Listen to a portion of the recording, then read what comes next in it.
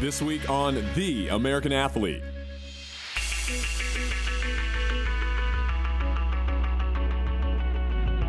I'm Kevin Anderson, and this is The American Athlete.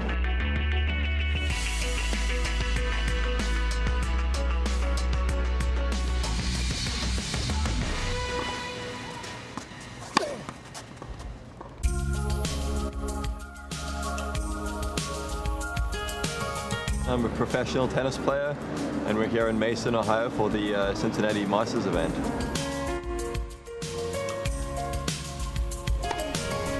You know, I think one of the biggest things I love about tennis is it gives me the opportunity to really test myself each and every time I go on court.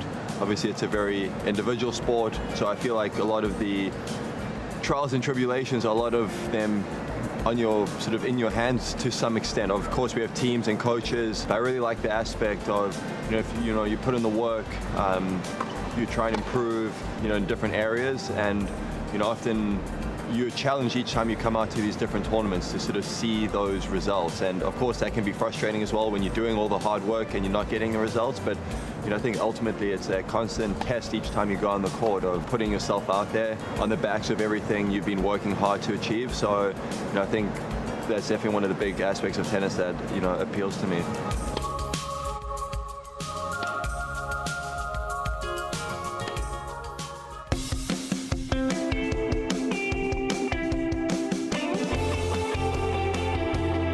Yeah, I first started when I was around 5 or 6 years old. My dad coached me growing up in South Africa. I had a younger brother who played as well. And we were lucky we had a tennis court actually at our house. We had a huge wall that we could hit on. We could play with each other. My dad spent a lot of time with us. So been now 26 years playing tennis.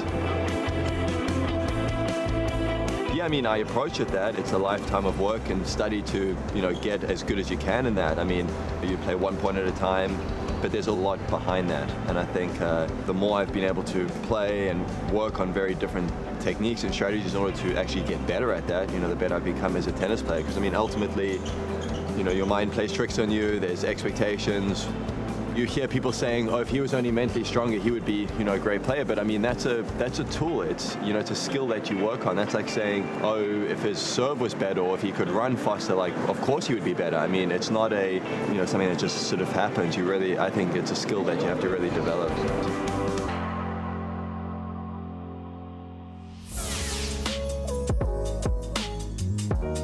In 2015, I reached my career high of, I cracked top 10.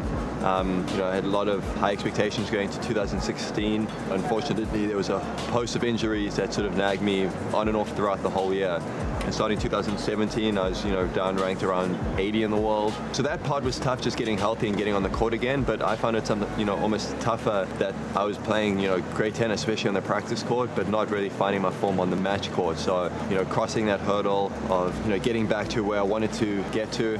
And also when you're 80 and you've just been 10, your expectations aren't just getting to 50, they're getting back to 10. That's where I was talking about earlier, your mind starts playing tricks instead of just focusing on what's, at hand, what you can do that day.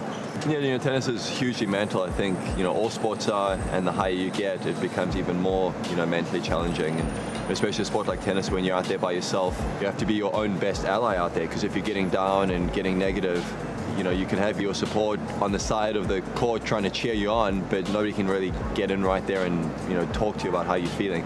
Being out there can be sometimes pretty tough depending on what's going on. So that's why, finding your routines, your rituals, understanding what it takes to be your own, best competitor, not getting down on yourself. There's so many areas that you have to really work through. And of course, the better you're able to do that, I believe, the better you're going to be as a tennis player.